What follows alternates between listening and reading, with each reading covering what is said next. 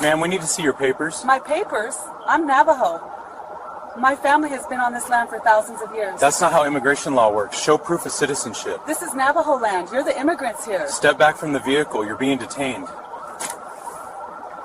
Three IC agents walked up to a Native American woman and demanded she prove she belonged in America. Her people had been on that land for thousands of years before there was an America to belong to. But none of that mattered to the agents who saw brown skin and assumed criminality. What happened that Tuesday morning outside the Shiprock trading post would become a $22.4 million lesson in the cost of ignorance, bias, and federal overreach. It was a clear Tuesday morning in Shiprock, New Mexico. Highway 491 cut through Navajo Nation land, the asphalt hot under the climbing sun. Out here, federal jurisdiction was supposed to respect tribal sovereignty. That morning, three IC agents proved they either didn't know that or didn't care. Before we continue, where are you watching from? If this is your first time here, please hit that subscribe button. Stories like these need to be shared, and your support helps us bring more truth to light. Sage Blackwater was doing something completely ordinary when her life was turned upside down. The 38-year-old nurse practitioner had stopped at the trading post on her way home from a night shift at the Indian Health Service clinic in Shiprock.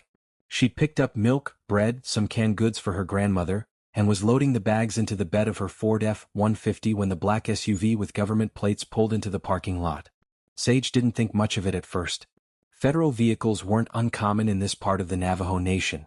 Bureau of Indian Affairs, Indian Health Service, various tribal liaisons, they all drove similar vehicles. She continued arranging her groceries, making sure nothing would roll around on the drive to her grandmother's Hogan 15 miles away. But then she noticed the way the three agents approached. Not casual. Not friendly. Purposeful, with that particular kind of aggressive confidence that comes from people who believe their authority is absolute. Agent Warren Foster led the group, his body cam already recording though he hadn't yet activated it officially. Behind him were Agent Jessica Chen and Agent Raymond Burke, both younger, both clearly following Foster's lead. The footage from all three cameras would later become Exhibit A through C in a federal civil rights case that would make legal history. "Excuse me, ma'am," Foster called out, his hand already resting on his belt. "We need to speak with you." Sage looked up, squinting against the sun. "Can I help you?" Foster's eyes scanned her, taking in her long black hair pulled back in a traditional bun, her brown skin, her jeans and t-shirt. His mind had already made its calculation. "We're with Immigration and Customs Enforcement. We need to see your identification and proof of citizenship." The words hung in the desert air like something foreign and absurd. Sage stood there for a moment, genuinely confused. "I'm sorry, what?" "Your papers," Burke chimed in, stepping closer. "Citizenship documentation. We have reason to believe you may be in this country illegally." Sage's confusion shifted into something else. Not fear. Anger. The kind of deep, ancestral anger that comes from generations of being treated like foreigners in your own homeland. "I'm Navajo," she said slowly, deliberately. "My family has been on this land for thousands of years." Chin pulled out a tablet, checking something. "Ma'am, that's not how immigration law works. We need to see documentation proving you're a United States citizen."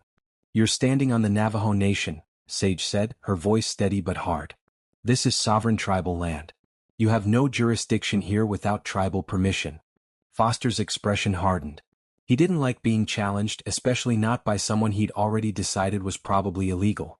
His record, which would be thoroughly examined in the lawsuit, showed a pattern of targeting indigenous people throughout the Southwest, operating under the assumption that brown skin and proximity to the border meant undocumented status. "Federal authority supersedes tribal jurisdiction in immigration matters," Foster stated, reciting something he'd been taught but didn't fully understand. "Now I'm going to ask you one more time. Show me your identification." Sage reached slowly into her truck's cab, pulling out her purse.